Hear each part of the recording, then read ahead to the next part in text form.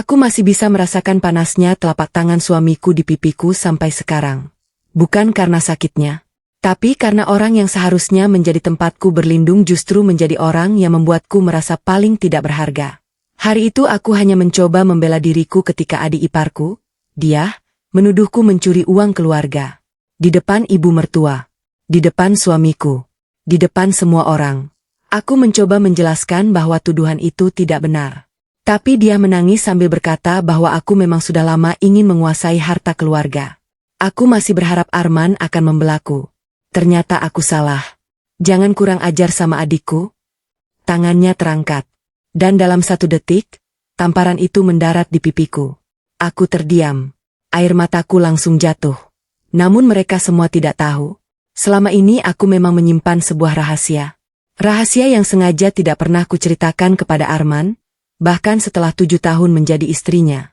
Aku bukan wanita miskin yang mereka kira. Aku bukan menantu yang hidup hanya dari penghasilan suamiku. Dan rumah yang selama ini mereka tinggali, ternyata memiliki hubungan dengan rahasia besar yang kusimpan. Malam itu, setelah ditampar dan dipermalukan, aku akhirnya mengambil keputusan. Aku membuka sebuah kotak yang sudah bertahun-tahun kusimpan. Di dalamnya terdapat beberapa dokumen.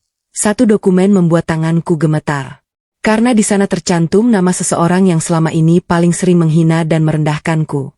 Dan ketika dokumen itu kubawa ke ruang keluarga, semua orang mendadak terdiam. Halo sahabat air mata menantu, sebelum cerita ini dimulai, jangan lupa bantu like dan subscribe dulu ya. Semoga siapapun yang menekan tombol subscribe di channel ini, dilancarkan rezekinya, dipanjangkan umurnya, disehatkan badannya, dan keluarganya selalu dijauhkan dari kesedihan serta dipenuhi kebahagiaan. Amin. Sebelum kita mulai, tuliskan nama dan kota kalian di kolom komentar. Saya senang sekali bisa menyapa sahabat semua dari berbagai daerah. Tulis juga dari kota mana Anda menonton video ini. Tamparan yang mengubah segalanya. Namaku Ningsih. Usia aku 37 tahun. Selama 7 tahun menikah dengan Arman, aku selalu berusaha menjadi istri dan menantu yang baik.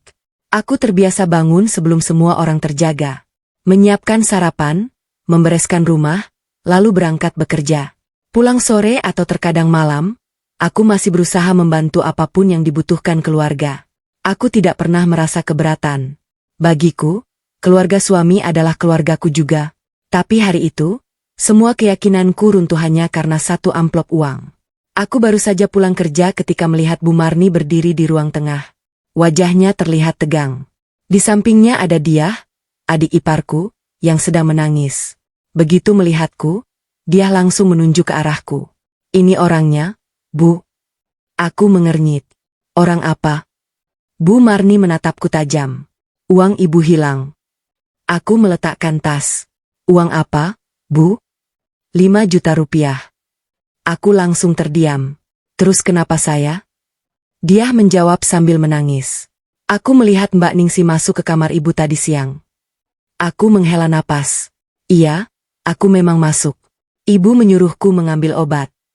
Tapi aku tidak mengambil uang. Bu Marni langsung menyela. Kalau bukan kamu, lalu siapa? Aku menatapnya. Saya tidak tahu, Bu. Dia mengusap air matanya. Setelah Mbak masuk kamar, uang itu hilang. Aku mulai merasa terpojok. Jadi hanya karena saya masuk kamar ibu, saya langsung dianggap mencuri. Tidak lama kemudian, Arman pulang. Begitu melihat suasana rumah, dia bertanya, "Kenapa?" Dia langsung menghampirinya. "Mas, uang ibu hilang."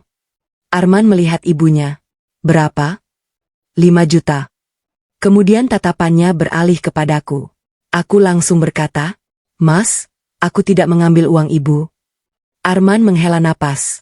"Ras, kalau memang kamu mengambil, lebih baik dikembalikan." Aku seperti tidak percaya dengan apa yang baru saja kudengar. Mas juga menuduhku? Aku cuma bilang kalau memang. Tapi aku tidak mengambil. Suaraku bergetar. Dia tiba-tiba membuka tasnya. Aku menemukan ini di kamar Mbak. Ia mengeluarkan sebuah amplop coklat. Aku langsung membeku. Itu bukan milikku. Dia menggeleng. Tadi ada di bawah pakaian Mbak. Aku mengambil amplop itu dan memeriksanya. Tidak ada namaku, tidak ada tulisan apapun. Aku menatap dia. Kalau kamu benar menemukan ini di kamarku, kenapa kamu tidak langsung memberikan kepada ibu? Dia terdiam. Kenapa harus menunggu Mas pulang? Wajah dia berubah. Namun Bu Marni justru membentakku. Jangan menuduh adik iparmu. Air mataku mulai jatuh. Bu, saya cuma ingin membela diri. Arman mengusap wajahnya. Mending kamu minta maaf saja, Ras. Aku menatapnya. Untuk apa? Karena sudah membuat masalah. Aku tertawa kecil, tetapi air mataku semakin deras. Jadi setelah 7 tahun menikah, Mas lebih percaya adik Mas daripada aku. Arman diam. Aku mendekatinya. Jawab, Mas. Mas percaya aku mencuri? Arman tidak menjawab. Namun beberapa detik kemudian, emosinya meledak. Tangannya terangkat. Tamparan itu mengenai pipiku. Aku langsung terdiam. Ruangan mendadak sunyi. Tanganku perlahan menutupi pipi. Air mata jatuh tanpa bisa kutahan. Aku menatap Arman. Orang yang selama ini selalu kupikir akan menjadi tempat perlindunganku. Ternyata justru menjadi orang yang paling melukaiku. Tidak ada yang menghampiriku. Tidak ada yang bertanya apakah aku baik-baik saja. Dia hanya berdiri diam. Bahkan aku sempat melihat sudut bibirnya seperti menahan senyum. Saat itulah sesuatu di dalam diriku berubah. Aku mengambil tas dan berjalan menuju kamar. Ras. Panggil Arman. Aku tidak menoleh. Sesampainya di kamar, aku mengunci pintu. Tangisku pecah.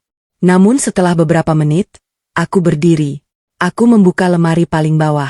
Ada sebuah kotak kayu yang selama 7 tahun tidak pernah kubuka di depan keluarga suamiku. Aku mengeluarkannya. Di dalamnya tersimpan beberapa dokumen lama. Aku mengambil satu map. Tanganku gemetar saat membukanya. Sudah cukup. Aku mengusap air mata.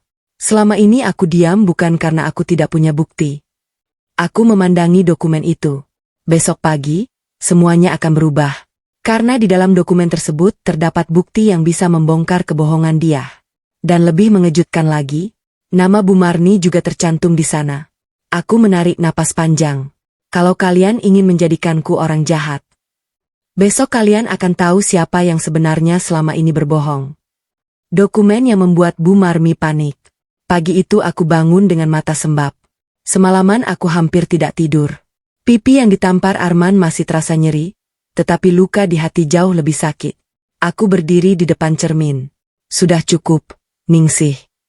Untuk pertama kalinya aku tidak ingin menangis karena perlakuan mereka. Aku ingin mencari kebenaran. Aku mengambil map yang semalam kusimpan di bawah pakaian. Di dalamnya ada beberapa dokumen lama milik almarhum ayahku. Dokumen itu sebenarnya tidak ada hubungannya dengan keluarga Arman. Setidaknya, itulah yang selama ini kupikirkan. Aku keluar kamar. Di ruang makan, Bu Marni dan dia sedang sarapan. Arman duduk di sana. Begitu melihatku, mereka langsung diam. Aku berjalan mendekati meja. Bu Marni menatapku. Apa? Saya ingin bicara soal uang yang hilang kemarin. Dia langsung menyela. Sudahlah, Mbak. Masalahnya sudah jelas. Aku menatapnya. Belum jelas. Dia mendengus. Aku sudah menemukan amplopnya. Aku mengeluarkan sebuah kertas dari map. Benar. Amplopnya memang ditemukan di kamarku. Tapi uang di dalamnya bukan uang ibu. Bu Marni mengerutkan dahi. Maksud kamu? Aku meletakkan salinan dokumen di atas meja. Ini bukti bahwa uang 5 juta yang ibu bilang hilang sebenarnya sudah diambil sebelumnya. Bu Marni langsung berdiri. Omong kosong. Aku menatapnya tenang. Kalau memang saya bohong, kita bisa periksa catatan transaksi. Arman mengambil dokumen tersebut. Apa ini, Ras? Catatan rekening. Rekening siapa? Aku menatap dia. Rekening dia. Wajah dia langsung pucat. Apa maksudmu? Ada transaksi 5 juta dari rekening keluarga ke rekeningmu. Dia langsung menggeleng. Bukan aku? Aku mengambil lembar berikutnya. Tanggal transaksinya sama dengan tanggal uang ibu dianggap hilang. Ruangan langsung sunyi. Arman melihat dokumen itu berkali-kali. Dia? Aku tidak tahu. Dia mulai menangis. Mungkin ada yang menggunakan rekeningku. Bu Marni langsung membela. Jangan menuduh anak ibu. Aku menahan napas. Saya tidak menuduh. Saya hanya menunjukkan bukti. Bu Marni mengambil dokumen itu. Matanya bergerak cepat membaca setiap baris. Tiba-tiba wajahnya berubah. Aku melihat tangannya mulai gemetar. Ada apa, Bu? Ini? Bu Marni tidak melanjutkan. Aku mengambil kembali dokumen tersebut. Lalu aku berkata pelan. Yang membuat saya heran bukan cuma uang 5 juta itu. Masih ada transaksi lain. Arman menatapku. Transaksi apa? Aku membuka halaman terakhir. Beberapa bulan terakhir, ada uang yang keluar secara rutin. Jumlahnya memang kecil. Tapi kalau dikumpulkan, nilainya puluhan juta. Arman langsung menatap Diah. Diah, ini apa? Diah menangis. Aku tidak tahu. Aku menggeleng. Kalau kamu tidak tahu, kenapa ada tanda tanganmu di beberapa bukti pengambilan? Diah terdiam. Aku melihat Bu Marni. Dan saat itulah aku melihat sesuatu yang aneh. Bu Marni bukan terlihat marah. Dia terlihat takut. Aku bertanya, Ibu tahu soal ini? Tidak. Jawabannya terlalu cepat. Aku menatapnya. Benarkah? Ibu tidak tahu apa-apa? Arman mulai berdiri. Ibu, sebenarnya ada apa? Bu Marni justru membentak. Jangan percaya begitu saja kepada istrimu. Aku menatap Arman. Mas? Kalau Mas masih ragu, kita periksa semuanya. Arman diam. Aku mengeluarkan satu dokumen terakhir. Dan ini? Aku meletakkannya di depan Bu Marni. Wajahnya seketika pucat. Karena dokumen itu bukan tentang uang 5 juta. Bukan tentang rekening Diah.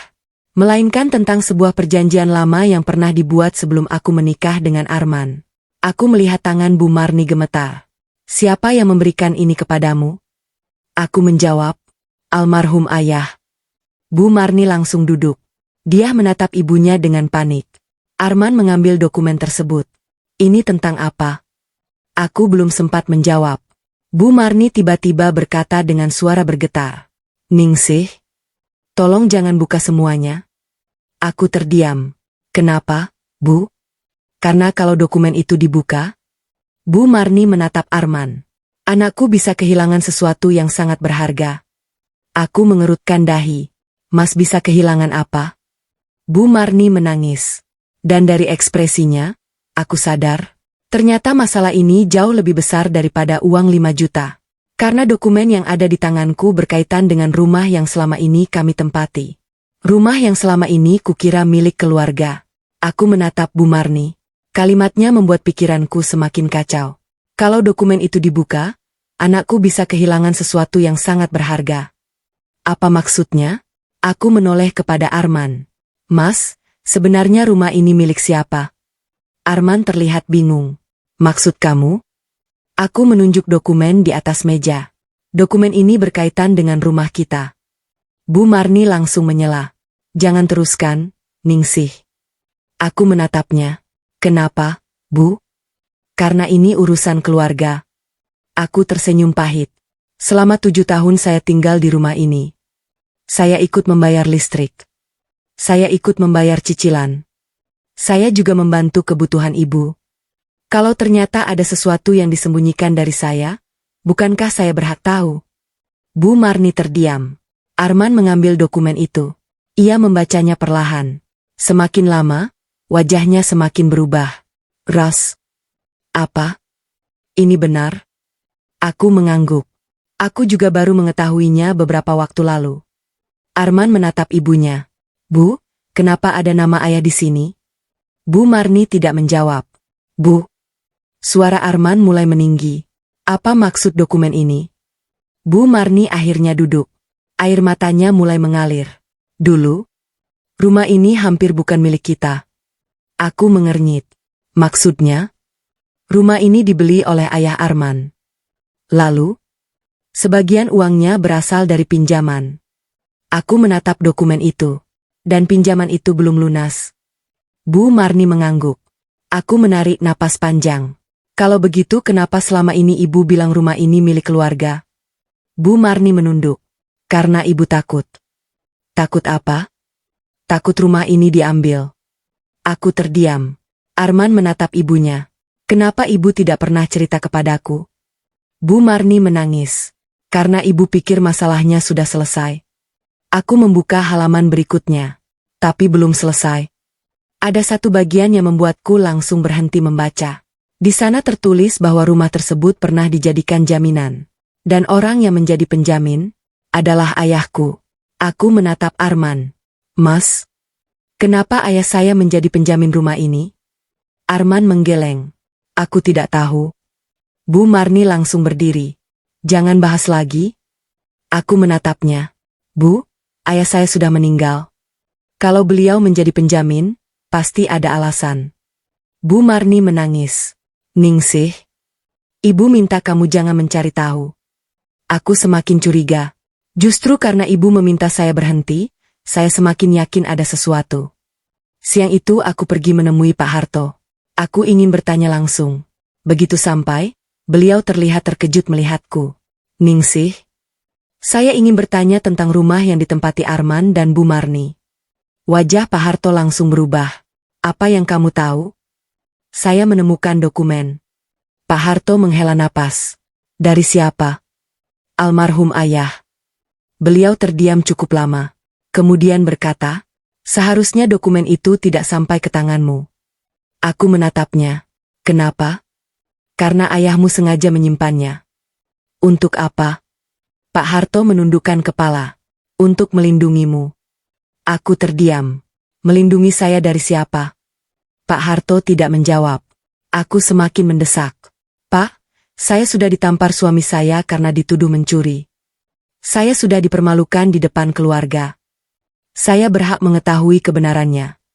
Pak Harto menatapku dengan wajah penuh penyesalan. Baik.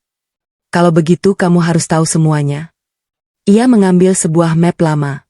Rumah itu memang pernah menjadi jaminan. Tapi yang paling penting, bukan rumahnya. Aku mengerutkan dahi. Lalu apa? Pak Harto membuka map tersebut. Di dalamnya ada sebuah surat. Ini surat dari ayahmu. Aku membacanya. Baris pertama membuat napasku tertahan. Jika suatu hari Ningsih mengetahui masalah rumah ini, berarti keluarga Arman sudah mulai menyentuh sesuatu yang bukan hak mereka. Tanganku langsung gemetar. Aku membaca terus. Lalu menemukan sebuah nama. Diah. Aku menatap Pak Harto. Kenapa nama Diah ada di surat ayah? Pak Harto menarik napas panjang.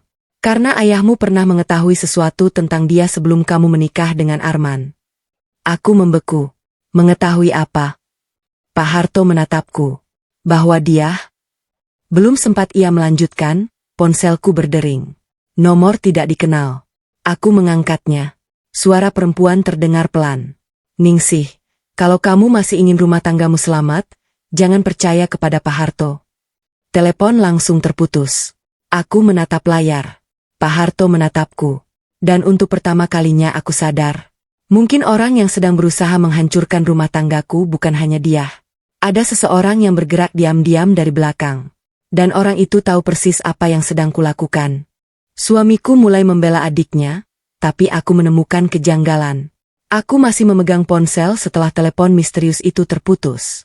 Jangan percaya kepada Pak Harto. Kalimat itu terus berputar di kepalaku. Aku menatap Pak Harto. Pak, ada yang menelepon saya. Pak Harto langsung mengernyit. Siapa? Saya tidak tahu. Aku menceritakan isi telepon tadi. Wajah Pak Harto berubah serius. Berarti mereka tahu kamu datang ke sini. Siapa mereka? Pak Harto menggeleng. Saya tidak tahu. Aku menatapnya curiga. Pak, apakah Bapak menyembunyikan sesuatu? Beliau terdiam.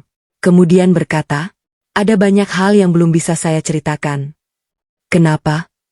Karena kalau saya salah bicara, keluarga kalian bisa semakin hancur. Aku menarik napas. Pak, keluarga saya sudah hancur sejak suami saya menampar saya. Pak Harto terdiam. Aku mengambil map yang diberikan kepadanya. Saya akan membawa ini. Beliau mengangguk. Tapi hati-hati, Ningsih. Jangan percaya siapapun. Aku tersenyum pahit. Sekarang saya memang sudah tidak tahu siapa yang bisa dipercaya. Ketika sampai di rumah, suasana terasa berbeda. Arman sedang duduk di ruang tengah. Begitu melihatku membawa map, ia langsung bertanya. Kamu dari mana? Menemui Pak Harto. Arman langsung berdiri. Untuk apa? Mencari kebenaran. Ia menghela napas. Ras, jangan memperkeruh keadaan. Aku menatapnya. Keadaan sudah keruh sejak Mas menampar aku. Arman terdiam. Aku masuk kamar. Namun belum sempat menutup pintu, dia datang.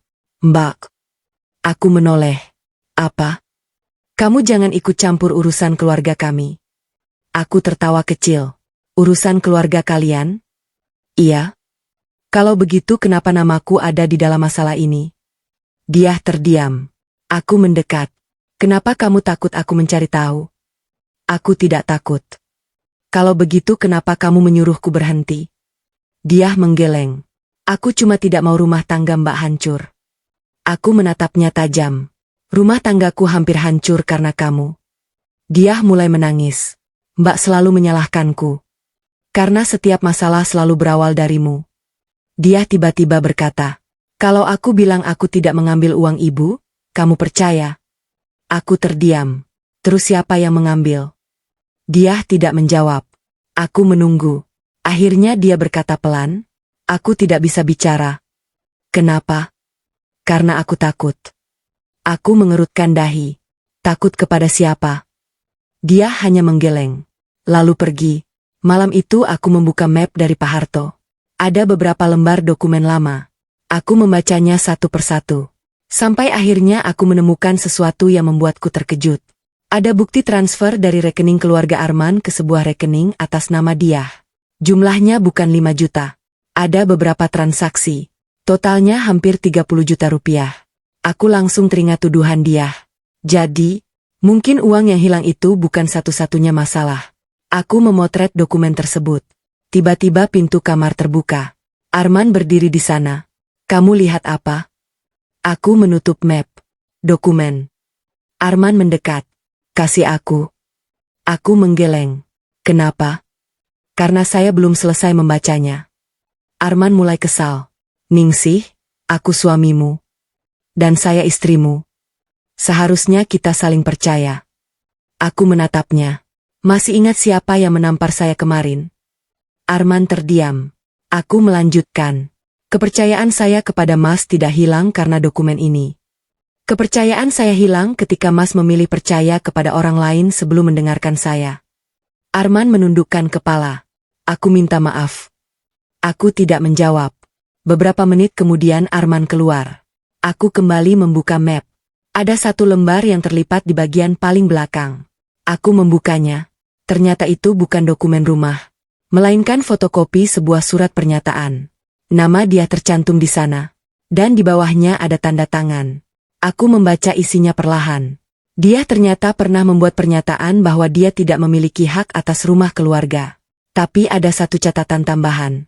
Pernyataan ini dibuat setelah Ningsih memberikan sejumlah uang untuk menyelesaikan masalah keluarga. Aku langsung membeku. Aku tidak pernah memberikan uang kepada dia secara langsung. Lalu uang siapa? Aku melihat tanggalnya. Tanggal tersebut adalah 3 tahun lalu.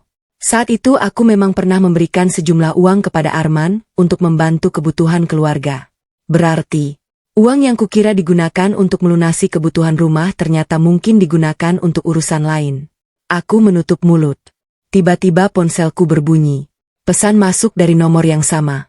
Kalau kamu ingin tahu siapa yang sebenarnya menerima uangmu, datang ke gudang lama besok malam. Datang sendiri. Aku menatap pesan itu lama. Kali ini aku tidak langsung takut. Aku justru merasa semakin yakin. Ada seseorang yang sengaja membawaku mendekati kebenaran. Pertanyaannya, apakah orang itu ingin menolongku, atau sedang menyiapkan jebakan? Dan tanpa kusadari, dari luar kamar, Arman ternyata membaca pesan itu dari balik pintu. Aku pergi ke gudang, tapi bukan sendirian. Aku tidak tahu sejak kapan Arman berdiri di balik pintu. Namun ketika aku keluar kamar, dia sudah berada di ruang tengah. Wajahnya terlihat serius. Kamu mau kemana besok malam? Aku terdiam. Mas dengar? Iya. Aku menarik napas. Aku mendapat pesan. Siapa yang mengirim? Aku tidak tahu. Arman mendekat. Jangan datang. Aku menatapnya. Kenapa? Karena jelas itu jebakan. Aku tersenyum pahit. Mas baru sekarang khawatir aku masuk perangkap. Arman terdiam. Kemarin saat aku dituduh mencuri, Mas tidak bertanya apakah aku benar atau salah. Mas langsung percaya kepada dia. Aku tahu. Dan sekarang setelah ada seseorang yang ingin membongkar semuanya, Mas baru mau melindungiku. Arman menundukkan kepala. Aku salah. Aku tidak menjawab. Malam itu aku tidak bisa tidur. Pesan dari nomor tidak dikenal itu terus kupikirkan. Datang ke gudang lama. Apa yang sebenarnya ada di sana? Aku akhirnya memutuskan pergi. Tapi bukan karena aku tidak takut. Aku pergi karena selama ini terlalu banyak pertanyaan yang tidak pernah mendapat jawaban. Keesokan sore, sebelum berangkat, aku melihat Arman sedang berbicara dengan Diah di halaman. Aku tidak sengaja mendengar percakapan mereka. Jangan sampai Ningsih pergi ke sana. Suara Diah terdengar panik. Arman menjawab, aku akan mengurusnya. Aku langsung berhenti. Mengurus apa? Aku kembali masuk kamar tanpa mereka sadari. Saat itulah aku sadar. Arman tahu sesuatu tentang gudang tersebut. Malam tiba. Aku berpura-pura tidur. Sekitar pukul 8, aku keluar melalui pintu belakang. Aku tidak membawa banyak barang. Hanya ponsel dan map dokumen. Gudang lama itu berada sekitar 20 menit dari rumah. Ketika sampai, suasananya sepi. Aku berdiri di depan pintu. Permisi? Tidak ada jawaban. Aku masuk perlahan. Ruangan itu dipenuhi barang-barang lama. Ada kardus, lemari, dan beberapa meja yang sudah berdebu. Tiba-tiba terdengar suara dari belakang. Ningsih. Aku menoleh. Seorang pria berdiri di sana. Aku mengenal wajahnya. Raka. Teman lama yang pernah bekerja bersama ayahku. Mas Raka? Iya. Kenapa Mas yang mengirim pesan? Raka mengangguk. Aku yang mengirim. Aku langsung bertanya, kenapa? Raka membuka sebuah tas. Aku sudah berjanji kepada ayahmu untuk menyimpan ini sampai kamu benar-benar membutuhkan. Ia mengeluarkan sebuah map tebal. Aku menerimanya. Isinya apa? Bukti. Bukti tentang apa? Uang. Aku terdiam. Raka menatapku. Uang yang selama ini kamu berikan kepada keluarga Arman. Tanganku gemetar. Mas tahu? Aku tahu sebagian. Bagaimana? Karena ayahmu pernah memintaku membantu memeriksa beberapa transaksi. Aku membuka map itu. Ada salinan rekening. Ada bukti transfer. Ada tanda tangan. Dan ada satu nama yang muncul berkali-kali. Dia. Aku menatap Raka. Jadi benar? Raka mengangguk. Tapi ada sesuatu yang lebih besar. Apa? Uang yang masuk rekening dia ternyata tidak berhenti di sana. Aku membalik halaman. Ada rekening kedua. Aku membaca nama pemiliknya. Tubuhku langsung terasa lemas. Bu Marni. Aku menatap Raka. Jadi uangku selama ini? Sebagian masuk ke rekening ibu mertuamu. Raka mengangguk. Tapi itu belum semuanya. Ia mengambil satu lembar terakhir. Ini yang paling penting. Aku membacanya. Ternyata ada transfer dalam jumlah besar dari rekening Bu Marni kepada seseorang yang tidak kukenal. Aku mengerutkan dahi. Siapa orang ini? Raka menjawab. Orang yang membantu mereka membuat dokumen palsu. Aku terdiam. Berarti semua ini sudah direncanakan. Bukan sekadar uang 5 juta. Bukan sekadar pertengkaran dengan dia. Ada rencana untuk mengambil sesuatu dariku. Aku menatap Raka. Apa yang sebenarnya mereka inginkan? Raka menjawab pelan. Bukan uangmu, Ningsih. Lalu? Rumahmu. Aku membeku. Rumahku? Raka mengangguk. Rumah yang sekarang ditempati keluarga Arman sebenarnya memiliki nilai jauh lebih besar daripada yang kamu kira. Aku belum sempat bertanya lebih jauh. Tiba-tiba terdengar suara kendaraan berhenti di depan gudang. Raka langsung mematikan lampu. Ningsih. Ada orang datang. Aku menahan napas. Dari celah pintu, aku melihat seseorang turun dari kendaraan. Aku mengenal orang itu. Arman. Namun dia tidak datang sendirian. Di sampingnya ada dia. Dan yang membuatku semakin takut. Mereka membawa seseorang yang selama ini kukira tidak tahu apa-apa. Bu Marni. Aku menatap Raka. Kenapa mereka datang? Raka berbisik. Karena mungkin mereka tahu kamu sudah menemukan semuanya. Aku menggenggam map itu erat. Kemudian terdengar suara Arman dari luar. Ningsih. Aku membeku. Mereka tahu aku ada di dalam. Mereka menemukanku di gudang. Ningsih. Suara Arman terdengar semakin dekat. Aku menatap Raka dengan panik. Mas Raka, bagaimana ini? Raka memberi isyarat agar aku tenang. Jangan keluar dulu. Tapi terlambat. Pintu gudang terbuka. Arman berdiri di sana bersama Diah dan Bu Marni. Wajah mereka terlihat tegang. Arman langsung menatapku. Kenapa kamu datang ke sini? Aku menggenggam map di tanganku. Seharusnya aku yang bertanya. Diah maju selangkah. Mbak, kenapa kamu mengambil dokumen itu? Aku menatapnya tajam. Dokumen ini bukan milikmu. Diah terdiam. Bu Marni langsung berkata. Ningsih, pulanglah. Aku tertawa pahit. Setelah semua yang ibu lakukan, saya tidak akan pulang sebelum tahu kebenarannya. Arman menghela napas. Ras, aku bisa menjelaskan. Jelaskan. Arman terdiam. Aku menatapnya. Kenapa uang yang selama ini kuberikan kepada keluarga ternyata masuk ke rekening ibu dan Diah? Diah langsung menangis. Itu bukan seperti yang kamu pikirkan. Kalau begitu jelaskan. Diah tidak menjawab. Aku membuka map. Ini bukti transfernya. Bu Marni langsung panik. Jangan dibuka di sini. Aku menatapnya. Kenapa? Takut. Bu Marni menangis. Ibu hanya ingin membantu Diah. Aku menggeleng. Dengan uang saya? Ibu pikir saya tidak akan pernah tahu. Arman menundukkan kepala. Aku menatap suamiku. Mas tahu? Arman akhirnya menjawab. Iya. Seketika tubuhku terasa lemas. Sejak kapan? Beberapa bulan. Aku tertawa kecil sambil menangis. Jadi selama ini aku hidup bersama orang-orang yang tahu semuanya. Dan aku satu-satunya orang yang dibohongi. Arman mendekat. Aku tidak bermaksud menyakitimu. Tapi Mas sudah melakukannya. Aku tahu. Raka tiba-tiba berdiri. Sudah cukup. Semua menoleh kepadanya. Ia mengambil sebuah dokumen dari tas. Kalau kalian ingin menyelesaikan masalah ini, sebaiknya sekarang semuanya dibuka. Bu Marni langsung membentak. Raka, jangan ikut campur. Raka menatapnya. Saya sudah terlalu lama diam. Karena saya berjanji kepada ayah Ningsih. Aku langsung menoleh. Janji apa? Raka menyerahkan dokumen itu kepadaku. Ini surat yang ditulis ayahmu 3 bulan sebelum meninggal. Aku membukanya. Tulisan tangan ayah membuat dadaku sesak.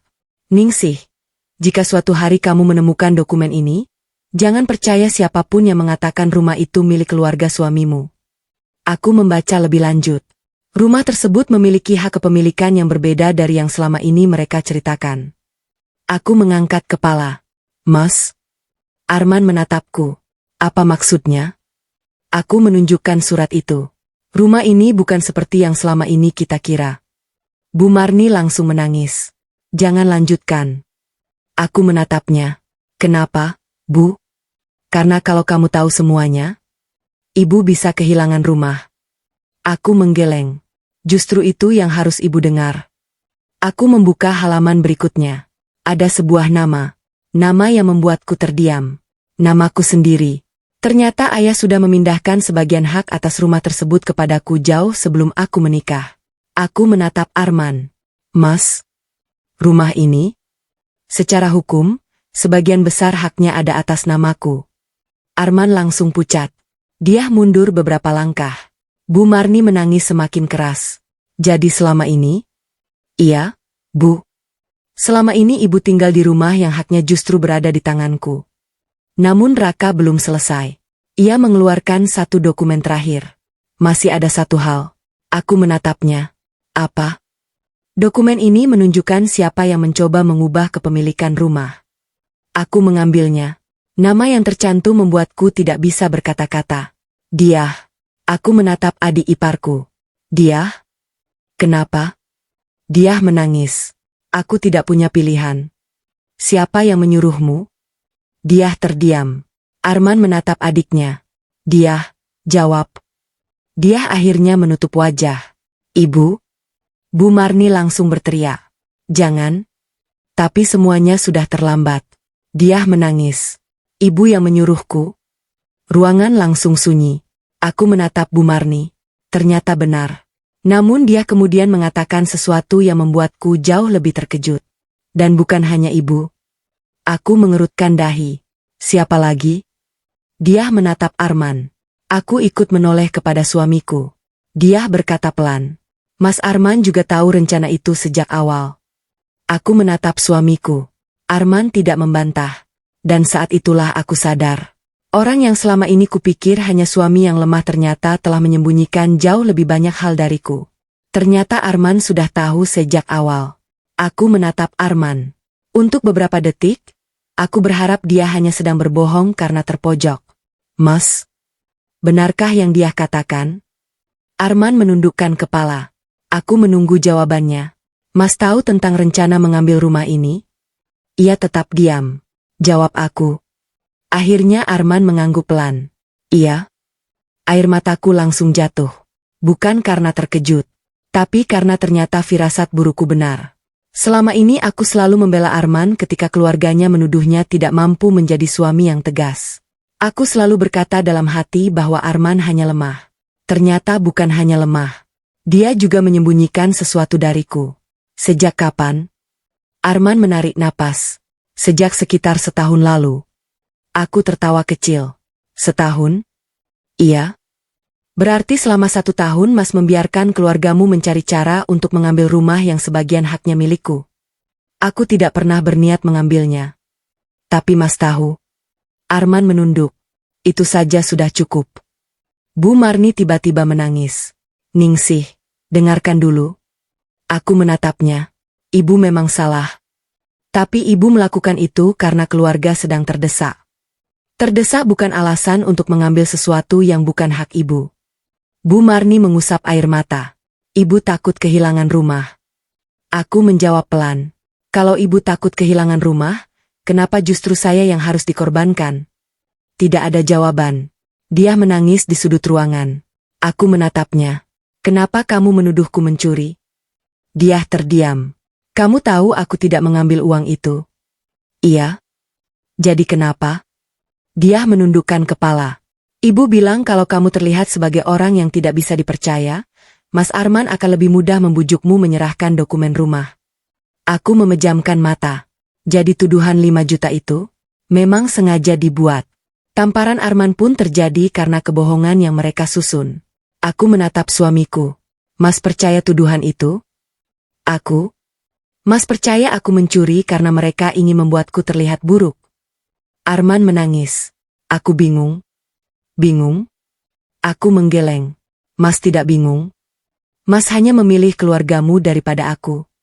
Arman terdiam. Aku memasukkan semua dokumen ke dalam tas. Aku pulang. Arman langsung menghampiri. Ras, tunggu. Aku tidak mau bicara lagi malam ini. Tolong. Aku menatapnya. Selama 7 tahun, aku selalu menunggu Mas membelaku.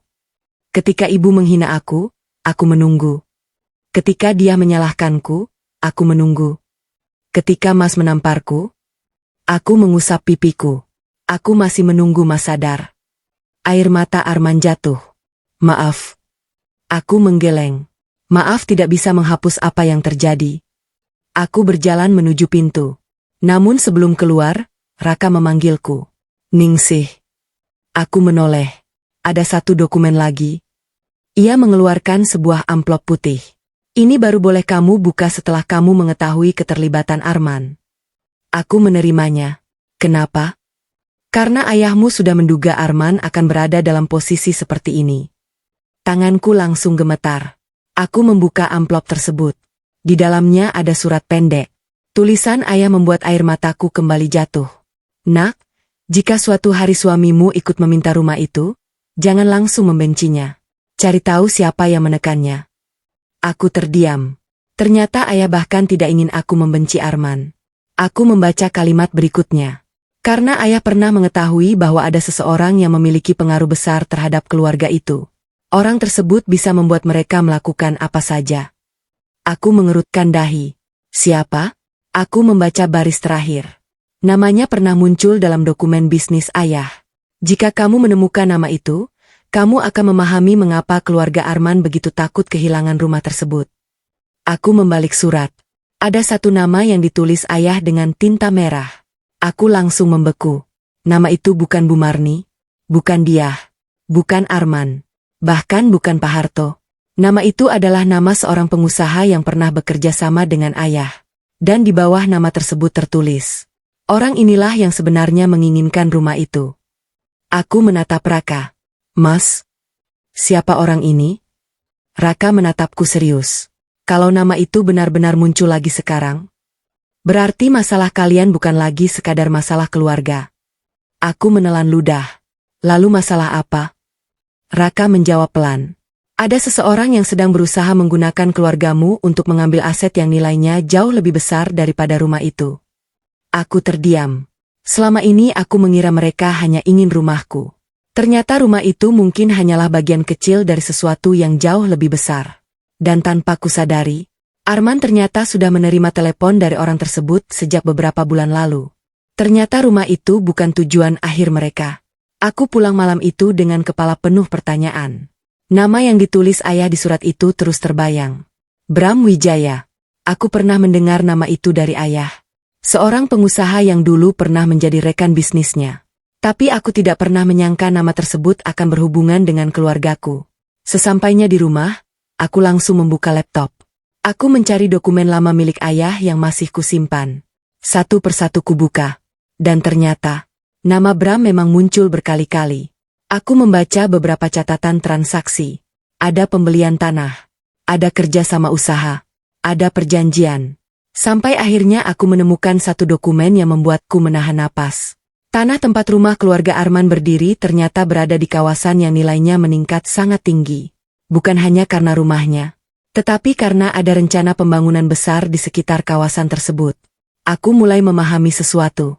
Mereka bukan hanya mengincar rumah. Mereka mengincar tanahnya. Tiba-tiba ponselku berbunyi. Arman menelepon. Aku membiarkannya beberapa saat. Kemudian aku mengangkat. Ros, ada apa? Aku ingin bertemu. Aku tidak mau. Tolong.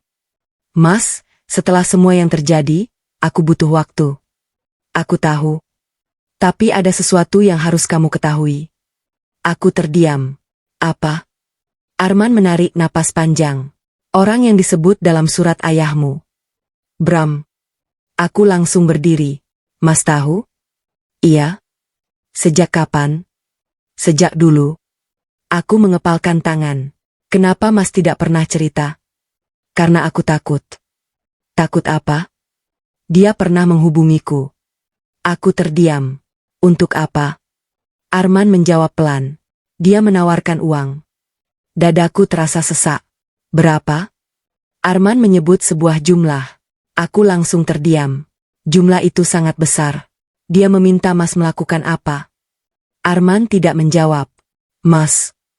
Aku diminta membantu mendapatkan dokumen rumah. Aku menutup mata. Jadi benar. Selama ini Arman memang terlibat. Apa Mas menerima uang itu? Tidak. Aku terdiam. Tapi aku pernah mempertimbangkannya. Air mataku jatuh. Mas, aku sedang terdesak. Utang keluarga. Masalah dia. Ibu terus mendesakku. Aku menjawab pelan. Dan Mas memilih diam. Iya. Padahal Mas tahu aku tidak bersalah. Iya. Aku mengusap air mata. Kenapa sekarang baru jujur? Karena aku sudah sadar. Aku tertawa pahit. Setelah menamparku, Arman terdiam. Setelah membuatku dipermalukan, aku minta maaf. Aku menggeleng. Mas, aku tidak tahu apakah aku masih bisa percaya. Aku mengerti. Keesokan harinya aku menemui Raka. Aku menunjukkan dokumen yang kutemukan. Mas Raka, lihat ini. Raka membacanya. Wajahnya langsung serius. Ini penting. Kenapa? Karena kalau dokumen ini asli, tanah tersebut memang memiliki nilai jauh lebih besar. Berarti Bram mengincarnya? Raka mengangguk. Tapi ada sesuatu yang aneh. Apa? Kalau dia memang ingin tanah ini, kenapa menggunakan keluarga Arman? Aku terdiam. Karena mereka tidak punya hak penuh. Benar. Raka menunjuk satu bagian dokumen. Dia membutuhkan orang dalam. Aku langsung teringat Arman. Dan orang dalam itu bisa jadi suamimu. Aku menutup mata. Namun Raka kemudian menunjukkan dokumen lain. Ini lebih aneh. Aku membacanya. Ternyata beberapa tahun lalu ada pertemuan antara Bram dan seseorang dari keluarga Arman. Nama yang tercantum membuatku membeku. Bu Marni. Aku menggeleng. Jadi ibu sudah mengenal Bram? Raka mengangguk. Sepertinya begitu. Malamnya aku kembali ke rumah lama. Aku ingin menghadapi Bu Marni. Begitu melihatku, beliau langsung terdiam. Ibu pernah bertemu Bram Wijaya? Wajahnya berubah. Apa? Jawab. Ningsih, dari mana kamu tahu nama itu? Aku menatapnya. Berarti benar. Bu Marni menangis. Ibu tidak punya pilihan. Lagi-lagi tidak punya pilihan. Ibu hanya ingin menyelamatkan keluarga. Dengan menyerahkan rumah saya? Bu Marni menggeleng. Bukan begitu. Lalu bagaimana? Beliau menutup wajah. Rumah itu bukan yang dia inginkan. Aku terdiam. Kalau bukan rumah? Apa? Bu Marni akhirnya menatapku. Dia menginginkan? Belum sempat menyelesaikan kalimat, tiba-tiba terdengar suara benda jatuh dari luar. Kami berdua menoleh. Pintu depan terbuka. Arman berdiri di sana. Wajahnya pucat. Di tangannya ada sebuah amplop. Ia menatapku. Ros, aku baru menerima ini. Aku mendekat. Apa? Arman menyerahkan amplop tersebut. Di dalamnya terdapat sebuah surat dari Bram. Aku membacanya. Hanya ada satu kalimat. Kalau Ningsih sudah mengetahui semuanya, jangan biarkan dia membuka dokumen terakhir milik ayahnya. Aku menatap Arman. Dokumen terakhir? Arman menggeleng. Aku tidak tahu. Namun Bu Marni tiba-tiba menangis. Aku menoleh kepadanya. Ibu tahu? Bu Marni tidak menjawab. Aku mendekat. Ibu tahu dokumen apa yang dimaksud? Bu Marni akhirnya berkata dengan suara bergetar. Dokumen itu bukan tentang rumah. Aku menahan napas. Lalu tentang apa? Bu Marni menatapku. Dokumen itu berisi bukti bahwa... Ia berhenti. Dan sebelum kalimatnya selesai, pintu kembali diketuk dari luar. 3 kali. Arman menoleh. Bu Marni langsung pucat. Aku berdiri diam. Kemudian terdengar suara seorang pria dari balik pintu. Ningsih, saya tahu kamu sudah menemukan semuanya. Aku mengenali suara itu. Bram Wijaya. Dan malam itu, aku akhirnya berhadapan langsung dengan orang yang selama ini berada di balik semua masalah keluargaku. Bram akhirnya datang, dan rahasia ayah terbongkar. Aku berdiri terpaku di tengah ruang tamu. Suara pria dari balik pintu itu masih terdengar jelas. Ningsih, saya tahu kamu sudah menemukan semuanya. Tanganku terasa dingin. Bu Marni langsung mundur beberapa langkah. Arman menatapku. Ros? Aku mengangkat tangan. Jangan buka pintunya. Arman mengangguk. Namun suara dari luar kembali terdengar. Kalau kamu tidak membukanya, saya tetap akan menunggu. Aku menatap Bu Marni. Ibu takut kepadanya? Bu Marni menangis. Iya. Kenapa? Karena dia tahu semua rahasia keluarga ini. Aku menarik napas. Kalau begitu sekarang waktunya semua rahasia dibuka. Aku berjalan menuju pintu. Arman mencoba menahanku. Jangan. Aku menatapnya. Selama ini kalian selalu meminta aku diam. Menunggu. Mengalah. Sekarang aku ingin tahu semuanya. Aku membuka pintu. Seorang pria berdiri beberapa langkah dari kami. Bram Wijaya. Usianya sekitar 50 tahun. Wajahnya tenang, tetapi tatapannya membuat suasana menjadi semakin berat. Ia menatapku. Kamu semakin mirip ayahmu. Aku mengerutkan dahi. Bapak mengenal ayah? Tentu. Lebih dari yang kamu kira. Aku tidak mempersilakannya masuk. Apa yang Bapak inginkan? Bram tersenyum tipis. Dokumen. Dokumen apa? Dokumen terakhir milik ayahmu. Aku menjawab tegas. Saya tidak tahu. Bram menatapku. Jangan berbohong. Aku membalas tatapannya. Kalau Bapak datang hanya untuk mengancam saya, lebih baik pergi. Bram tertawa kecil. Berani sekali. Aku menjawab. Karena saya sudah tidak punya alasan untuk takut. Bram akhirnya masuk. Ia duduk di ruang tamu. Bu Marni tidak berani menatapnya. Aku memperhatikan mereka. Ada hubungan yang jelas antara kedua orang ini. Bapak pernah bekerja sama dengan ayah? Bram mengangguk. Ya. Lalu kenapa sekarang mencari dokumen ayah? Karena ada sesuatu yang seharusnya menjadi milikku. Aku mengerutkan dahi. Menurut ayahmu, saya memiliki hak atas sesuatu yang sangat berharga. Aku langsung bertanya, tanah. Bram tersenyum. Bukan? Aku terdiam. Lalu apa? Ia menatapku. Perusahaan. Aku membeku. Perusahaan? Ayah memang pernah memiliki usaha. Tapi setelah beliau meninggal, aku mengira semuanya sudah selesai. Bram melanjutkan, ayahmu memiliki saham dalam sebuah perusahaan yang nilainya jauh lebih besar daripada rumah itu. Aku menatap Arman. Ia juga terlihat terkejut. Kenapa keluarga saya terlibat? Bram menjawab, karena sebagian dokumen perusahaan itu disimpan di rumah kalian. Aku langsung mengingat kotak kayu milikku. Aku memang memiliki beberapa dokumen lama ayah. Tapi aku tidak pernah tahu nilainya. Aku bertanya, kenapa Bapak menggunakan keluarga suami saya? Bram terdiam. Kemudian ia berkata, karena mereka membutuhkan uang. Aku menatap Bu Marni. Jadi ibu menerima uang dari Bapak? Bu Marni menangis. Ibu terpaksa. Aku menggeleng. Berapa? Bu Marni tidak menjawab. Bram justru menjawab. Cukup untuk membuat mereka percaya bahwa mereka bisa menyelesaikan semua masalah. Aku merasa marah. Jadi selama ini, uang yang hilang. Dokumen palsu. Rencana mengambil rumah. Semuanya untuk mencari dokumen perusahaan ayah. Bram mengangguk. Tepat. Tiba-tiba Arman berdiri. Pak Bram. Bram menoleh. Jangan libatkan istri saya lagi. Aku menatap Arman. Untuk pertama kalinya ia berdiri di depanku. Bukan di belakang keluarganya. Bukan di belakang ibunya. Tapi di sampingku. Bram tersenyum. Kamu baru sekarang berani? Arman menjawab. Saya memang terlambat.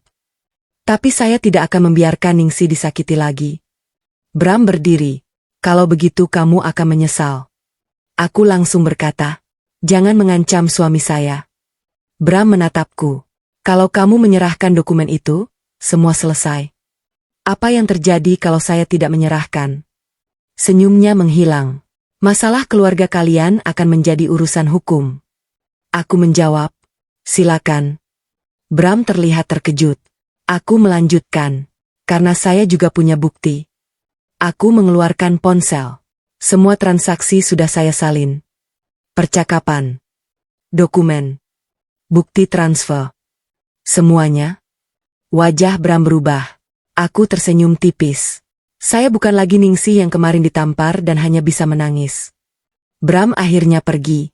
Namun sebelum keluar, ia berkata, kamu belum tahu isi dokumen terakhir itu. Aku menjawab, kalau begitu saya akan mencari tahu. Setelah pintu tertutup, Bu Marni langsung menangis. Ningsih. Aku menatapnya. Ibu harus mengatakan semuanya. Bu Marni mengangguk. Ia mengambil napas panjang. Dokumen terakhir itu disimpan oleh ayahmu di tempat yang tidak pernah kami duga. Di mana? Bu Marni menunjuk kotak kayu milikku. Di dalam rumahmu. Aku membeku. Aku langsung berlari ke kamar. Kubuka kotak kayu yang selama ini kusimpan. Di bawah tumpukan dokumen lama, aku menemukan sebuah ruang kecil yang sebelumnya tidak pernah kusadari. Ada sebuah amplop hitam. Di atasnya tertulis, untuk Ningsih.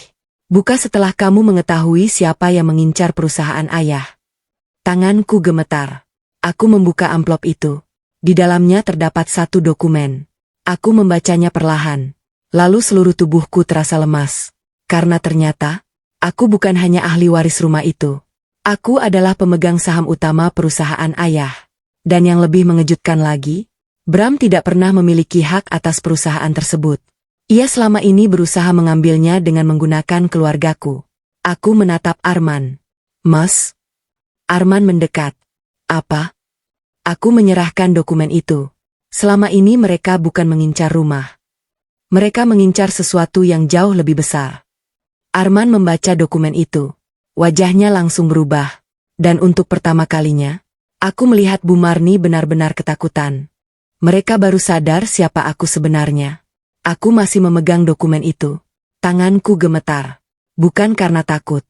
Tapi karena selama ini aku sendiri tidak pernah mengetahui seluruh isi warisan ayah. Aku hanya tahu bahwa ayah pernah memiliki usaha. Aku tahu beliau meninggalkan beberapa aset. Tapi aku tidak pernah tahu bahwa ada sebuah perusahaan yang sahamnya ternyata sebagian besar sudah dialihkan kepadaku sebelum beliau meninggal. Aku menatap Arman. Mas? Arman masih membaca dokumen itu. Ini benar? Aku mengangguk. Sepertinya begitu. Bu Marni tiba-tiba berdiri. Jangan percaya dokumen itu. Aku menoleh. Kenapa? Itu bisa saja palsu. Aku menggeleng.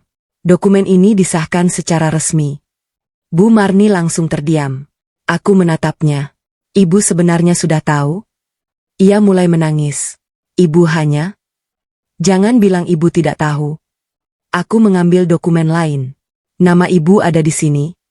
Bu Marni langsung pucat. Sebagai saksi. Aku menunjukkan halaman tersebut. Berarti ibu tahu sejak awal bahwa ayah memberikan saham itu kepada saya. Bu Marni tidak menjawab. Aku menahan air mata. Kenapa ibu tidak pernah memberitahu saya? Bu Marni menangis. Karena ibu takut. Takut apa? Takut kamu pergi dari Arman. Aku terdiam. Jadi selama ini, mereka takut aku mengetahui bahwa aku sebenarnya memiliki kehidupan sendiri. Arman duduk dengan wajah tertunduk. Ras. Aku menatapnya. Aku benar-benar tidak tahu. Aku tersenyum pahit. Mas tidak tahu soal saham? Tidak. Mas tidak tahu soal rencana Bram? Aku tahu sebagian. Aku mengangguk. Setidaknya sekarang Mas jujur. Arman menatapku. Aku minta maaf. Aku tidak langsung menjawab. Mas? Iya? Kalau sejak awal Mas tahu aku memiliki aset sebesar ini, apakah Mas tetap akan menikahiku? Arman terdiam. Pertanyaan itu membuat seluruh ruangan sunyi. Aku menatap matanya. Jawab jujur. Arman akhirnya berkata, iya. Aku mengangguk. Tapi sekarang aku tidak tahu apakah aku masih bisa mempercayai jawaban itu. Tiba-tiba ponsel Bu Marni berdering. Beliau melihat layar. Wajahnya langsung pucat. Aku memperhatikan. Siapa? Nomor tidak dikenal. Aku mengambil ponselnya. Angkat. Bu Marni menggeleng. Jangan. Aku menekan tombol jawab. Halo? Tidak ada jawaban. Lalu terdengar suara Bram. Ningsih. Aku menahan napas. Kamu sudah menemukan dokumennya? Iya. Bagus. Apa yang Bapak inginkan? Saham perusahaan itu. Saya tidak akan menyerahkannya. Bram tertawa kecil. Kamu pikir kamu bisa melawan saya? Saya tidak sendirian. Aku menatap Arman. Bram menjawab. Kamu masih percaya kepada suamimu? Aku terdiam. Bukankah dia yang membiarkan keluarganya mengambil uangmu? Bukankah dia yang tahu rencana mereka? Aku mengepalkan tangan. Bram melanjutkan.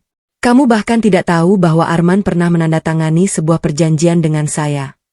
Aku langsung menatap suamiku. Mas? Arman terlihat panik. Aku bisa menjelaskan. Aku kembali berbicara kepada Bram. Perjanjian apa? Suruh suamimu yang menjelaskan. Telepon terputus. Aku menatap Arman. Mas? Apa yang Mas tanda tangani? Arman berdiri. Aku? Jawab. Aku pernah menandatangani surat. Surat apa? Perjanjian kerjasama. Aku merasa dadaku sesak. Dengan Bram? Arman mengangguk. Kenapa? Aku terdesak. Dia menjanjikan uang untuk melunasi utang keluarga. Dan sebagai gantinya? Arman terdiam. Apa? Dia meminta aku membantu mendapatkan dokumen perusahaan. Aku menatapnya dengan air mata. Jadi Mas memang ikut dalam rencana ini. Aku tidak tahu semuanya. Tapi Mas tetap menandatangani. Iya. Aku berjalan menjauh. Tiba-tiba aku sadar. Bukan hanya keluarga Arman yang telah mengkhianatiku. Suamiku sendiri pernah memilih jalan yang bisa menghancurkan masa depanku. Aku masuk kamar dan menutup pintu. Aku duduk di lantai sambil menangis. 7 tahun. 7 tahun aku berusaha menjadi istri yang baik. Tapi ternyata ketika ada kesempatan mendapatkan sesuatu yang lebih besar, orang-orang yang kucintai justru melihatku sebagai jalan menuju keuntungan. Aku mengambil foto ayah yang ada di meja.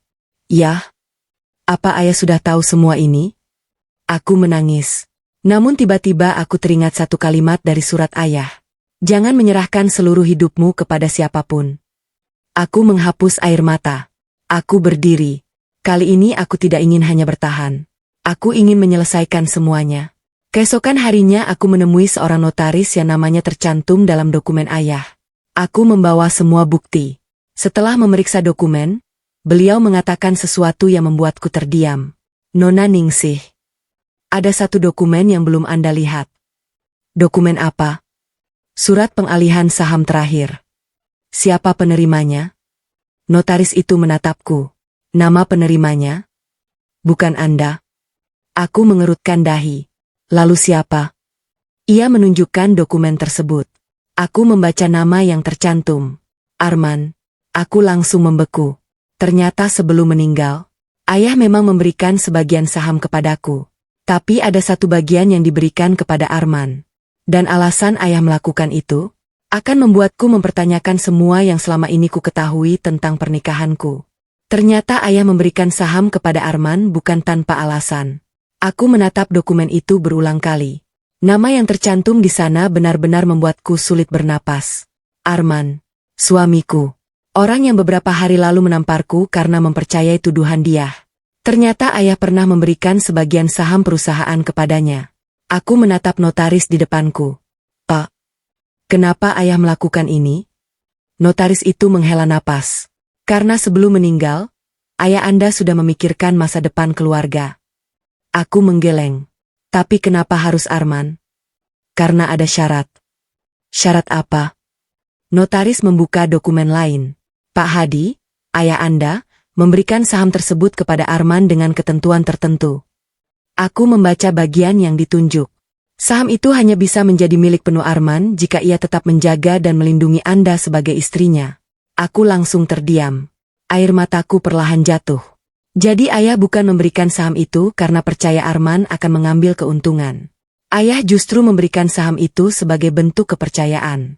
Agar Arman memiliki alasan untuk menjaga keluarga kami.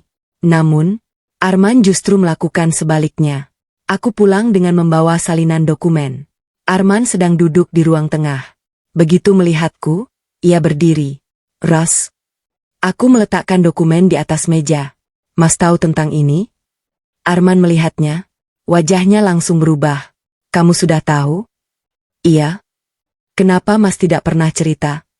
Arman menunduk. Aku tidak tahu semuanya. Tapi Mas tahu ayah memberikan saham kepadamu? Iya. Aku menatapnya. Sejak kapan? Sejak setelah ayahmu meninggal. Aku tertawa kecil. Jadi selama ini Mas tahu bahwa ayah memberikan sesuatu yang sangat besar kepada Mas. Iya. Tapi Mas tetap membiarkan keluargamu berusaha mengambil bagian milikku. Arman menangis. Aku salah. Kenapa? Aku takut. Takut apa? Aku takut kalau aku melawan ibu, semuanya akan hancur. Aku menggeleng. Dan akhirnya yang hancur justru rumah tangga kita. Arman tidak mampu menjawab. Aku menunjukkan dokumen itu kepadanya. Mas baca bagian ini? Arman membacanya. Wajahnya semakin pucat. Jadi, kalau Mas terus membiarkan keluargamu mengambil hakku? Arman menatapku. Aku bisa kehilangan saham ini. Aku mengangguk. Dan ayah sudah memikirkan itu sejak awal. Arman memejamkan mata.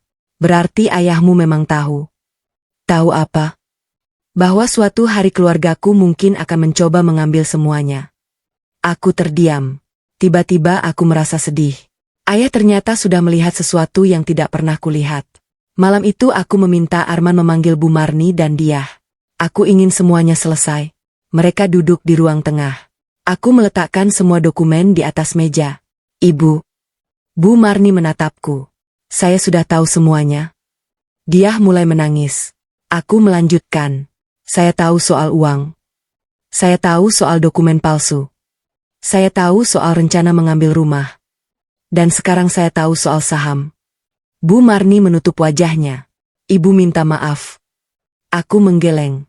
Jangan minta maaf dulu. Saya ingin tahu satu hal. Kenapa? Kenapa kalian melakukan ini? Bu Marni menangis. Kami terlilit utang. Berapa? Tidak ada jawaban. Aku melihat dia. Kamu? Dia menunduk. Aku juga punya utang. Aku mengangguk. Lalu kalian pikir satu-satunya jalan adalah mengambil hakku? Dia menangis. Kami tidak bermaksud. Tapi kalian melakukannya. Ruangan kembali sunyi. Tiba-tiba Arman berdiri. Bu. Iya? Aku sudah mengambil keputusan. Bu Marni menatap anaknya. Apa? Aku akan melaporkan semua transaksi yang dilakukan tanpa izin Ningsih. Bu Marni langsung pucat. Bayu? Namaku Arman, Bu. Bu Marni terdiam. Arman melanjutkan. Aku sudah terlalu lama diam. Aku tidak mau lagi membiarkan kesalahan keluarga menghancurkan istriku. Dia menangis. Mas. Maaf. Aku tetap kakakmu. Tapi aku tidak bisa membenarkan kesalahanmu. Aku menatap Arman. Untuk pertama kalinya sejak kami menikah, aku melihat suamiku mengambil keputusan tanpa menunggu persetujuan keluarganya. Namun sebelum aku merasa semuanya selesai, ponselku berbunyi. Sebuah pesan masuk. Dari nomor tidak dikenal. Jangan terlalu cepat merasa menang. Aku membuka pesan berikutnya. Saham yang diberikan ayahmu kepada Arman bukan hadiah. Aku terdiam. Pesan terakhir membuat tanganku gemetar. Itu adalah bagian dari perjanjian yang lebih besar. Dan kalau kamu ingin tahu kenapa ayahmu memilih Arman, cari dokumen yang disimpan di kantor lama ayahmu. Aku menatap Arman. Mas, ada apa? Aku menunjukkan pesan itu. Wajahnya langsung berubah. Aku tahu tempat itu. Di mana? Di kantor lama ayahmu. Aku mengerutkan dahi. Mas pernah ke sana? Arman mengangguk pelan. Beberapa tahun lalu. Untuk apa? Ia menatapku. Aku pernah diminta ayahmu datang ke sana sendirian. Aku langsung terdiam. Mas? Kenapa ayah memanggil Mas?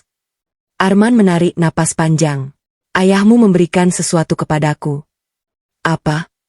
Arman menatapku dengan wajah penuh penyesalan. Sebuah surat yang sampai sekarang belum pernah kuberikan kepadamu. Aku membeku. Surat apa? Arman menundukkan kepala. Surat yang menjelaskan alasan sebenarnya kenapa ayah menikahkan kamu denganku. Dadaku terasa sesak. Ternyata setelah semua rahasia terbongkar, masih ada satu rahasia terbesar yang selama ini disimpan suamiku. Surat ayah yang selama ini disembunyikan Arman. Aku menatap Arman dengan dada yang terasa sesak. Surat apa? Arman tidak langsung menjawab. Ia duduk perlahan, lalu menutup wajahnya dengan kedua tangan. Aku sudah terlalu lama menyimpan ini, Ras. Aku menahan air mata. Kalau surat itu memang penting, kenapa Mas tidak pernah memberikannya? Karena aku takut. Lagi-lagi takut. Arman mengangguk. Aku takut setelah kamu membaca surat ini, kamu akan membenciku. Aku tersenyum pahit. Mas, setelah semua yang terjadi, masih ada apa lagi yang bisa membuatku lebih kecewa? Arman terdiam. Kemudian ia mengambil sebuah amplop tua dari dalam tas. Amplop itu sudah kusam. Di bagian depannya tertulis tulisan tangan yang sangat kukenal. Untuk Ningsih, tetapi berikan hanya ketika waktunya tepat. Tanganku langsung gemetar. Itu tulisan ayah. Kenapa surat ini ada di tangan Mas? Arman menundukkan kepala. Ayahmu memberikannya kepadaku beberapa bulan sebelum beliau meninggal. Aku menatapnya. Kenapa? Beliau meminta aku menjaga kamu. Aku terdiam. Arman melanjutkan, tapi ada satu pesan. Ayahmu bilang aku tidak boleh membuka surat itu. Surat itu harus kuberikan kepadamu ketika aku benar-benar sudah tidak mampu melindungimu. Air mataku langsung jatuh. Dan sekarang? Arman mengangguk. Sekarang waktunya. Aku menerima amplop itu. Tanganku gemetar ketika membukanya. Tulisan ayah memenuhi satu lembar kertas. Ningsih, kalau kamu membaca surat ini, mungkin ayah sudah tidak bisa lagi berada di sampingmu. Aku langsung menangis. Ayah tahu kamu mungkin akan bertanya kenapa ayah memilih Arman sebagai suamimu. Aku menatap Arman. Ia menundukkan kepala.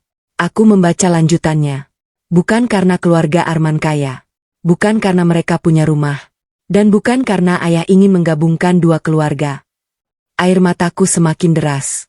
Ayah memilih Arman karena beberapa tahun sebelum kamu menikah, ayah pernah melihat sendiri bagaimana Arman memperlakukan ibunya ketika keluarga mereka sedang berada dalam kesulitan. Aku terdiam. Arman adalah anak yang rela bekerja keras demi keluarganya. Ayah percaya dia akan menjadi suami yang mampu melindungimu. Aku menutup mata. Betapa jauh harapan ayah dengan kenyataan yang terjadi. Aku membaca bagian berikutnya. Tapi ayah juga tahu kelemahan Arman. Aku menahan napas. Dia terlalu mudah merasa bersalah kepada keluarganya. Aku menatap suamiku. Arman menangis. Ayah benar-benar mengenalnya. Karena itu ayah memberikan sebagian saham perusahaan kepada Arman. Aku terdiam. Bukan untuk membuat Arman kaya. Tetapi untuk memberinya kekuatan agar dia tidak selalu tunduk kepada keluarganya. Aku memegang dada. Jadi semua yang dilakukan ayah memiliki alasan. Rumah, saham, pernikahanku. Semuanya bukan kebetulan. Namun ada satu bagian terakhir. Aku membacanya perlahan. Jika suatu hari Arman gagal melindungimu dan keluarganya mulai mengambil hakmu, jangan bertahan hanya karena merasa kasihan. Aku langsung menangis. Ayah tidak ingin kamu hidup sebagai perempuan yang terus-menerus mengalah demi mempertahankan rumah tangga. Aku menatap surat itu. Kamu boleh pergi. Kalimat sederhana itu membuat hatiku hancur. Ayah tidak pernah memintaku bertahan dengan siapapun. Ia hanya ingin aku aman. Aku menurunkan surat. Mas. Arman menatapku. Ayahmu benar. Aku menggeleng. Dia terlalu percaya kepadamu. Arman menangis. Aku tahu. Dan aku gagal. Aku mengusap air mata. Mas memang gagal? Tapi setidaknya sekarang Mas mulai jujur. Arman mengangguk. Aku ingin memperbaiki semuanya.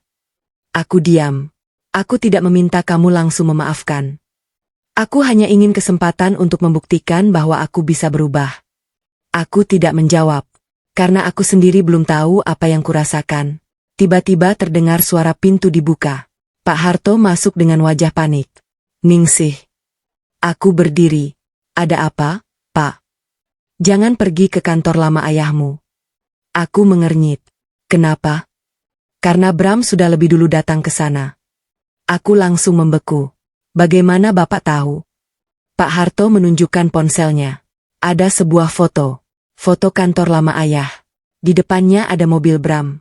Aku menatap Arman. Berarti dia mencari dokumen yang sama. Pak Harto mengangguk. Tapi ada masalah lain. Apa? Pak Harto menarik napas. Dokumen yang dia cari bukan hanya tentang perusahaan. Lalu? Di kantor itu ada bukti transaksi yang bisa membuat Bram masuk masalah besar. Aku menahan napas. Transaksi apa? Pak Harto menatapku. Transaksi yang menunjukkan bahwa Bram selama ini menggunakan nama beberapa orang untuk memindahkan uang. Termasuk nama keluargaku? Iya. Aku langsung memahami semuanya. Bukan hanya rumah. Bukan hanya saham. Bukan hanya utang. Selama ini keluarga Arman mungkin hanyalah alat. Dan orang yang benar-benar mengendalikan semuanya adalah Bram. Aku menatap Arman. Mas. Iya? Aku mau ke kantor ayah. Arman langsung menggeleng. Jangan sendiri. Aku tidak akan sendiri. Aku menatapnya. Mas ikut. Arman mengangguk. Iya.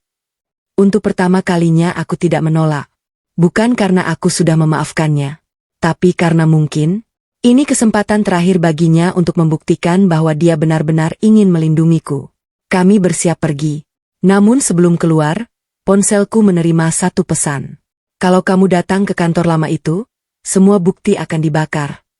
Aku menatap layar. Kemudian pesan kedua masuk. Dan kalau kamu membawa Arman, dia akan tahu siapa yang sebenarnya membayar pernikahan kalian. Aku langsung membeku. Membayar pernikahan kami? Aku menatap Arman. Mas? Ada apa? Aku menunjukkan pesan itu. Wajah Arman berubah pucat. Karena ternyata, dia tahu siapa yang membiayai pernikahan kami. Dan orang tersebut bukan ayahku. Ternyata ada harga di balik pernikahanku. Aku menatap Arman. Mas, siapa yang membiayai pernikahan kita? Arman diam. Aku bisa melihat dari wajahnya bahwa kali ini bukan sekadar masalah keluarga. Ada sesuatu yang selama ini benar-benar disembunyikannya. Mas, jawab. Arman menghela napas panjang. Sebagian biaya pernikahan kita memang bukan dari ayahmu. Aku merasa dadaku sesak. Lalu dari siapa? Pak Bram. Aku seperti kehilangan suara. Kenapa? Arman menundukkan kepala. Karena waktu itu keluarga kami sedang terlilit utang. Dan Bram menawarkan bantuan. Aku menatapnya tidak percaya. Jadi pernikahan kita dibiayai orang yang sekarang mencoba mengambil aset ayah? Iya. Dan Mas tahu sejak sebelum menikah? Arman mengangguk. Aku tertawa kecil, tetapi air mataku jatuh. Berarti sejak awal pernikahan kita sudah berada di tengah permainan orang lain. Ras, jangan panggil aku dulu. Aku membalikkan badan. Selama 7 tahun aku mengira pernikahan kami dibangun karena cinta. Ternyata ada orang lain yang ikut membayar fondasinya. Aku merasa hancur. Arman mendekat. Aku memang salah karena tidak cerita. Bukan cuma salah, Mas. Kamu membuatku hidup dalam cerita yang tidak lengkap. Aku takut kamu membatalkan pernikahan. Aku menatapnya. Kalau aku tahu waktu itu, mungkin aku memang akan bertanya lebih banyak. Tapi sekarang aku sudah menikah. Aku sudah memberikan 7 tahun hidupku. Arman menangis. Aku mencintaimu. Aku mengusap air mata. Mungkin. Tapi cinta tanpa kejujuran membuatku tidak tahu mana yang nyata dan mana yang sudah direncanakan orang lain. Pak Harto tiba-tiba berkata, kalian harus pergi sekarang. Aku menoleh. Kenapa? Karena Bram pasti sedang menuju kantor lama ayahmu. Aku mengangguk. Kalau begitu kita ke sana. Arman langsung mengambil kunci mobil. Kali ini aku ikut. Bukan untuk menyelamatkan pernikahan, tapi untuk menyelamatkan kebenaran. Sesampainya di kantor lama ayah, pintunya sudah terbuka. Aku langsung merasa tidak tenang. Mas? Arman mengangguk. Kita hati-hati. Kami masuk. Ruangan itu berantakan. Beberapa laci terbuka. Berkas berserakan di lantai. Aku berlari menuju ruang kerja ayah. Lemari tua di sudut ruangan sudah terbuka. Aku mencari dokumen terakhir. Tidak ada. Sudah diambil. Arman melihat sekeliling. Tunggu. Ia menunjuk meja ayah. Ada sebuah kertas terjatuh di bawahnya. Aku mengambilnya. Tulisan ayah. Jika dokumen utama hilang, cari tempat yang pernah menjadi tempat paling aman bagimu. Aku langsung teringat sesuatu. Rumahku. Arman menatapku. Rumah yang ayah siapkan? Aku mengangguk. Kita harus kembali. Begitu sampai di rumah, aku langsung menuju kamar. Aku membuka kotak kayu. Namun dokumen yang kucari tidak ada. Aku mulai panik. Mas? Ada yang mengambilnya. Arman memeriksa lemari. Tiba-tiba terdengar suara pintu depan. Aku dan Arman saling menatap. Seseorang masuk. Bu Marni. Wajahnya pucat. Ningsih. Ibu? Ia menangis. Ibu datang untuk meminta maaf. Aku menggeleng. Bukan sekarang. Bu Marni memegang tanganku. Ini penting. Apa? Ia mengeluarkan sebuah flash disk dari tasnya. Ini milik ayahmu. Aku langsung mengambilnya. Kenapa ada pada ibu? Bu Marni menangis. Karena Bram memberikannya kepada ibu. Aku terdiam. Untuk apa? Dia meminta ibu menghancurkannya. Aku menatapnya. Tapi ibu tidak melakukannya. Bu Marni menggeleng. Ibu takut. Takut kepada Bram. Tapi ibu lebih takut lagi kalau suatu hari kamu mengetahui semuanya. Aku menatap flash disk itu. Isinya apa? Bu Marni menunduk. Rekaman. Rekaman apa? Percakapan Bram dengan seseorang. Siapa? Bu Marni menangis. Ibu tidak tahu siapa orang itu. Aku memasukkan flash disk ke laptop. Sebuah rekaman terbuka. Suara Bram terdengar. Kalau Ningsih sudah menikah dengan Arman, semuanya akan lebih mudah. Aku membeku. Lalu terdengar suara pria lain. Aku langsung menatap Arman. Karena suara itu, sangat ku kenal. Suara Pak Harto. Aku menatapnya. Pak. Pak Harto yang baru saja datang berdiri kaku di depan pintu. Aku bertanya dengan suara bergetar. Kenapa suara Bapak ada di rekaman ini? Pak Harto tidak menjawab. Arman langsung berdiri. Ayah? Pak Harto menundukkan kepala. Lalu berkata pelan. Karena dulu ayah memang bekerja sama dengan Bram. Aku merasa seluruh tubuhku lemas. Namun Pak Harto segera melanjutkan. Tapi bukan untuk menghancurkanmu. Lalu untuk apa? Ia menatapku dengan mata berkaca-kaca. Untuk menyelamatkanmu. Aku mengerutkan dahi. Kalau begitu kenapa semua ini terjadi? Pak Harto menarik napas panjang. Karena kami baru menyadari. Bram sudah menipu kami semua. Aku menatap layar laptop. Rekaman masih berjalan. Dan kalimat Bram berikutnya membuat darahku terasa dingin. Mereka tidak tahu bahwa Ningsi adalah satu-satunya orang yang bisa menghentikanku. Aku membeku. Akhirnya semua kebenaran terbongkar. Aku menatap layar laptop. Suara Bram masih terdengar jelas. Mereka tidak tahu bahwa Ningsi adalah satu-satunya orang yang bisa menghentikanku. Aku menoleh kepada Pak Harto. Pak, kenapa saya? Pak Harto menghela napas. Karena ayahmu sudah mempersiapkan semuanya. Aku menggeleng. Jangan bicara seperti itu. Saya ingin tahu yang sebenarnya. Pak Harto akhirnya duduk. Jauh sebelum kamu menikah dengan Arman, ayahmu mengetahui bahwa Bram sedang melakukan sesuatu yang ilegal dalam bisnisnya. Aku terdiam. Dia memindahkan aset perusahaan menggunakan nama orang lain. Termasuk nama saya? Iya. Dan keluarga Arman? Pak Harto mengangguk. Mereka juga digunakan. Aku menatap Bu Marni. Jadi selama ini ibu bukan hanya mencari uang. Bu Marni menangis. Ibu memang membutuhkan uang. Tapi ibu tidak tahu kalau Bram akan menggunakan kami seperti itu. Dia yang sejak tadi diam akhirnya masuk ke ruangan. Mbak. Aku menatapnya. Aku juga mau minta maaf. Aku tidak menjawab. Dia menangis. Aku memang pernah mengambil uang dari keluarga. Tapi bukan untuk membeli rumahmu. Uang itu diberikan kepada Bram.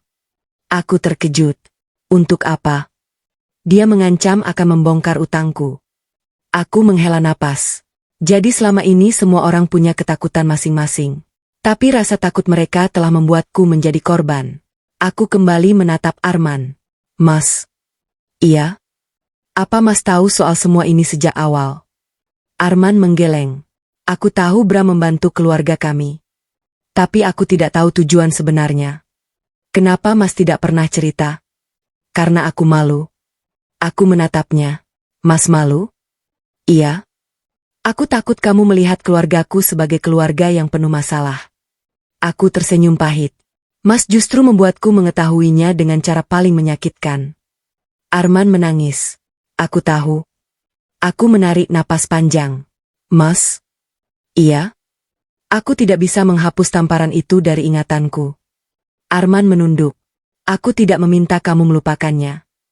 Tapi aku ingin membuktikan bahwa aku bisa berubah. Aku diam. Untuk pertama kalinya aku tidak merasa harus langsung memberi jawaban. Pak Harto kemudian mengeluarkan sebuah dokumen. Ini yang terakhir. Aku mengambilnya. Surat dari ayahmu. Aku membukanya. Tulisan ayah membuat air mataku kembali jatuh. Ningsih, jika kamu sudah sampai pada surat ini, berarti kamu telah mengetahui semuanya. Aku membaca perlahan. Jangan gunakan kekayaanmu untuk membalas orang-orang yang menyakitimu. Aku terdiam. Gunakan apa yang ayah tinggalkan untuk membangun hidupmu sendiri. Air mataku jatuh. Dan jika Arman benar-benar menyesal, jangan menolaknya hanya karena kesalahan masa lalu. Tetapi jangan pula menerimanya hanya karena kasihan. Aku menutup mata. Ayah seolah-olah masih berbicara kepadaku. Lihat perbuatannya, bukan kata-katanya. Aku menggenggam surat itu. Beberapa minggu kemudian, kasus Bram mulai diproses secara hukum. Bukti transaksi dan rekaman yang disimpan, ayah akhirnya diserahkan kepada pihak yang berwenang. Bram tidak lagi bisa menggunakan keluarga kami untuk mencapai tujuannya. Rumah yang selama ini diperebutkan tetap menjadi hakku sesuai dokumen yang sah. Saham perusahaan ayah juga berhasil diamankan. Namun aku tidak menggunakan semua itu untuk mempermalukan keluarga Arman. Aku hanya meminta mereka bertanggung jawab atas apa yang sudah dilakukan. Bu Marni akhirnya menjual sebagian asetnya untuk menyelesaikan kewajiban yang memang menjadi tanggung jawab keluarganya. Dia juga mulai bekerja dan membayar utangnya sendiri. Tidak ada lagi alasan untuk mengambil milik orang lain. Sementara itu, Arman berubah. Ia tidak lagi meminta aku langsung pulang. Tidak lagi memaksaku memaafkan. Ia datang sesekali, membantuku mengurus beberapa dokumen, menyelesaikan masalah keluarganya sendiri. Dan yang paling penting, ia mulai berani berkata tidak kepada orang-orang yang dulu selalu mengendalikannya. Suatu sore ia datang ke rumahku. "Ros." Aku menoleh. "Apa?" "Aku ingin mengatakan sesuatu." Aku diam. Aku tahu mungkin aku tidak pantas meminta kesempatan. Tapi aku ingin memperbaiki semuanya. Aku menatapnya. "Mas sudah memperbaiki banyak hal?" Arman tersenyum kecil. "Tapi aku masih ingin memperbaiki satu hal." "Apa?" "Hubungan kita." Aku terdiam cukup lama. Aku masih mencintainya. Namun cinta itu sekarang berbeda. Bukan cinta yang membuatku rela mengorbankan diri, melainkan cinta yang membutuhkan kejujuran dan rasa hormat. Aku tidak bisa kembali seperti dulu, Mas. Aku tahu. Kalau kita mencoba lagi, aku tidak mau hidup dengan ketakutan. Aku tidak mau ada rahasia. Aku tidak mau keluarga kita menentukan semua keputusan. Arman mengangguk. "Aku setuju." Aku menatapnya. "Dan kalau suatu hari Mas kembali memilih keluargamu daripada aku?" Arman menjawab, "Aku akan menerima keputusanmu." Aku tersenyum tipis. "Kalau begitu, mungkin kita bisa mencoba mengenal satu sama lain lagi." Arman menangis. Bukan karena semuanya sudah kembali seperti semula, tapi karena untuk pertama kalinya, kami memiliki kesempatan membangun rumah tangga dengan kejujuran. Aku akhirnya memahami sesuatu. Selama ini aku mengira rahasia yang kusimpan adalah kekuatanku. Ternyata kekuatan terbesar bukanlah harta, bukan rumah, bukan saham, melainkan keberanian untuk berkata, "Aku juga berharga." Aku pernah dihina. Aku pernah dituduh mencuri. Aku pernah ditampar oleh orang yang kucintai. Namun aku tidak membalas mereka dengan kejahatan. Aku memilih membuka kebenaran. Dan pada akhirnya, kebenaranlah yang berbicara. Kalau kalian berada di posisiku, apakah kalian akan memberi Arman kesempatan kedua? Atau setelah ditampar dan dikhianati, kalian memilih pergi untuk selamanya? Tulis pendapat kalian di kolom komentar. Karena setiap orang memiliki batas kesabaran yang berbeda. Dan menurut kalian, apakah cinta masih layak diperjuangkan setelah kepercayaan pernah dihancurkan? Terima kasih sudah menemani kisah Ningsih sampai akhir. Jangan lupa like, subscribe, dan aktifkan lonceng notifikasi channel Air Mata Menantu agar tidak ketinggalan kisah drama keluarga berikutnya. Sampai jumpa di cerita selanjutnya.